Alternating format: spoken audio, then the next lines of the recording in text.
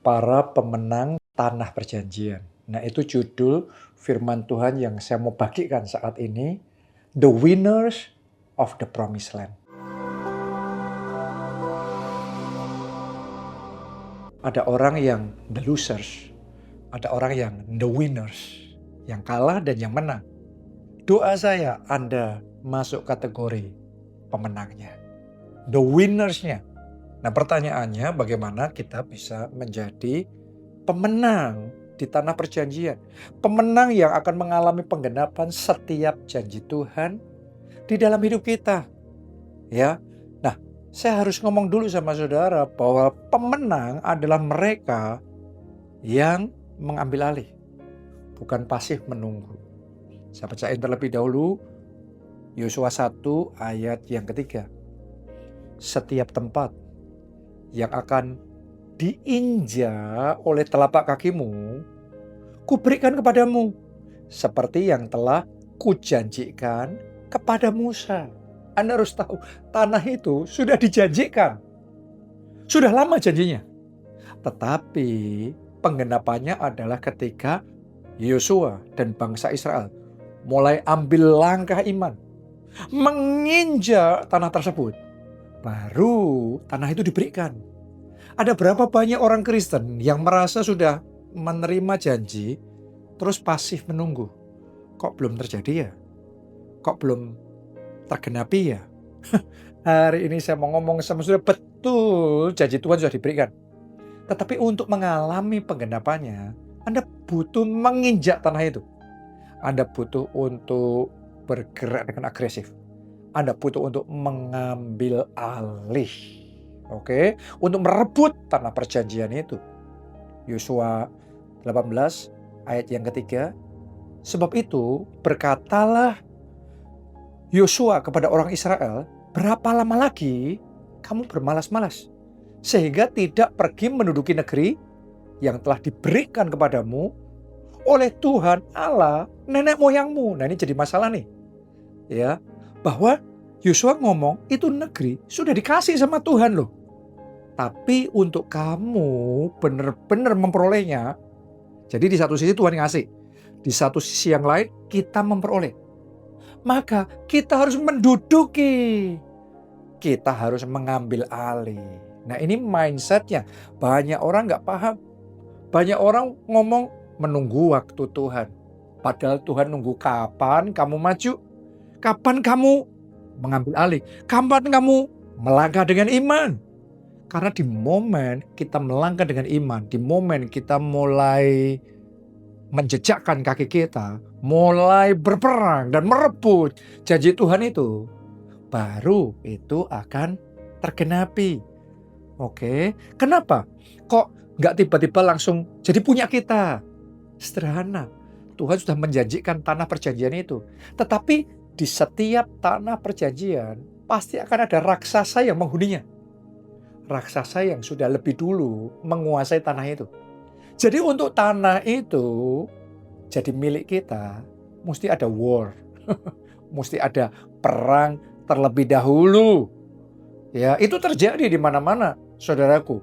Jadi kita nggak boleh takut dengan yang namanya perang. Kita harus punya mentalitas berani untuk fight, merebut kesembuhan kita, merebut keselamatan keluarga kita. Itu harus diperjuangkan, bukan ditunggu. Merebut prestasi, ngalami lompatan, kemajuan, merebut progres, merebut ekspansi. Itu war, itu peperangan, itu pertempuran. Kalau orang takut bertempur, jangan harap bisa memperoleh tanah perjanjian. Ya, karena ada raksasa-raksasa yang harus dikalahkan. Dan berita baiknya, Tuhan berjanji menyertai kita. Artinya kita nggak akan berperang sendiri. Tuhan akan memimpin kita. Tuhan akan berperang bersama kita. Bahkan Tuhan berperang bagi kita. Memberi kemenangan. Tapi kita harus bersedia berjuang. Banyak orang Kristen hanya mau berdoa. Percaya. Tapi sedikit yang benar-benar berjuang. Hari ini saya ajak saudara bangkit untuk berjuang. Berjuang rebut keselamatan keluarga saudara, berjuang supaya ada mujizat, pembalikan situasi dan kondisi, berjuang. Oke, saya bacakan ya, Yosua 14 ayatnya yang ke-12. Ini mentalitas seorang pemenang nih. Ini yang dikatakan oleh Kaleb kepada Yosua. Dua-duanya ini pahlawan iman, jenderal-jenderal iman. Nah, ini saling bicara. Kaleb ngomong gini, oleh sebab itu, berikanlah kepadaku pegunungan yang dijanjikan Tuhan pada waktu itu. Sebab engkau sendiri mendengar pada waktu itu bahwa di sana ada orang enak dengan kota-kota yang besar dan berkubu. Mungkin Tuhan menyertai aku sehingga aku menghalau mereka seperti yang difirmankan Tuhan. Jadi bahasanya bukan nunggu tiba-tiba gunung itu sudah bersih semuanya terus langsung dikasih sama mereka. No.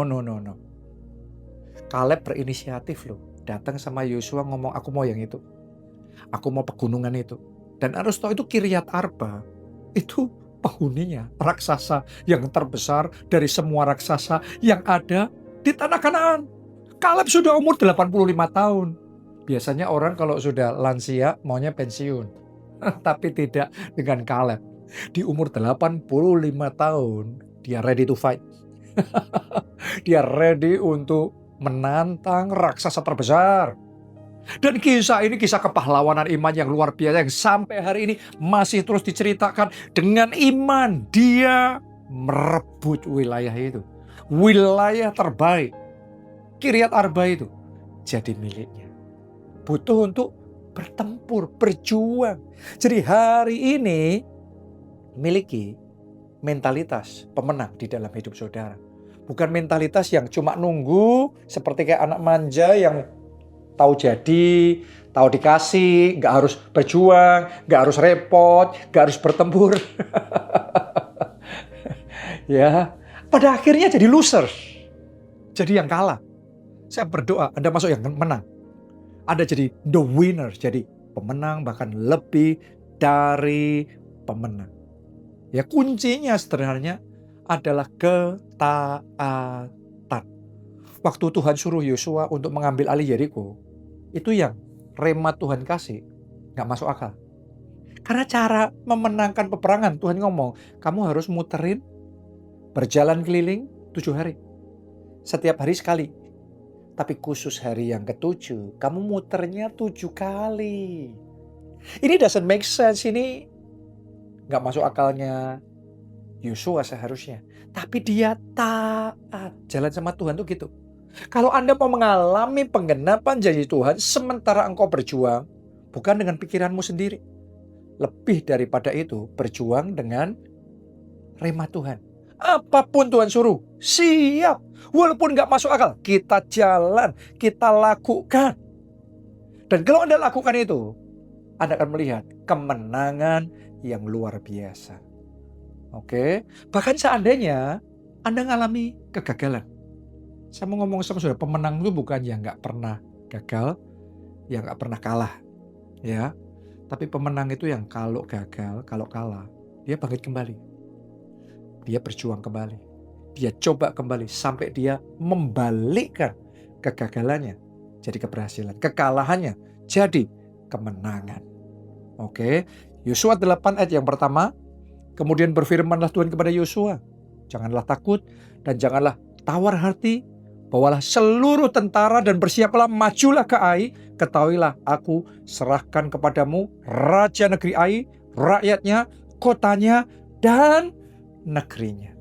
Jadi mungkin saudara sudah familiar, setelah menang melawan Yeriko, yang jadi masalah bangsa Israel ini menyepelekan, melawan Ai, ya serampangan aja. Satu sudah menyepelekan. Yang kedua, kesalahan paling fatalnya adalah mereka gak taat sama Tuhan. Harusnya di Yeriko barang-barang itu dimusnahkan. Tapi ada orang namanya Akan yang terus kemudian ngambil barang itu untuk dirinya sendiri. Itu sebuah dosa. Itu membuat Tuhan jengkel dan marah. Dan gara-gara itu akhirnya bangsa Israel kalah. Jadi ngelawan Yeriko yang besar menang karena ketaatan. Ngelawan Ai yang kecil kalah karena ketidaktaatan. karena dosa. Ya, jadi hari ini introspeksi ya. Kalau sampai ada dosa, cepat-cepat bertobat. Ketidaktaatan, cepat-cepat Anda minta ampun sama Tuhan. Dan kalau itu sudah mengakibatkan kegagalan, jangan menyerah, jangan putus asa. Yang penting saudara sekarang bertobat. Anda minta ampun, Anda tinggalkan dosa. Dan ada komitmen sama Tuhan untuk taat. Itu mental pemenang. Mental pemenang sekalipun sudah jatuh, sekalipun sudah gagal, tidak pernah menyerah. Selama masih ada nafas, selama masih diberi kesempatan, bangkit lagi, berjuang lagi, maju lagi, fight lagi. Belajar dari kekalahan, belajar dari kesalahan, dirubah, diperbaiki, sampai akhirnya kemenangan terjadi. Saya berdoa setiap kekalahanmu akan berubah jadi kemenangan.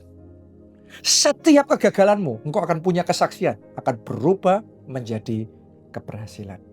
Di area apapun, dalam pelayanan, dalam kehidupan rohani, dalam keluarga, dalam pekerjaan keuangan, saya berdoa ada kemenangan, ada keberhasilan. Saya nubuatkan dalam nama Yesus, Anda adalah para pemenang tanah perjanjian, the winners of the promised land. Bahkan lebih dari pemenang. Salam keluarga Allah, Tuhan Yesus memberkati.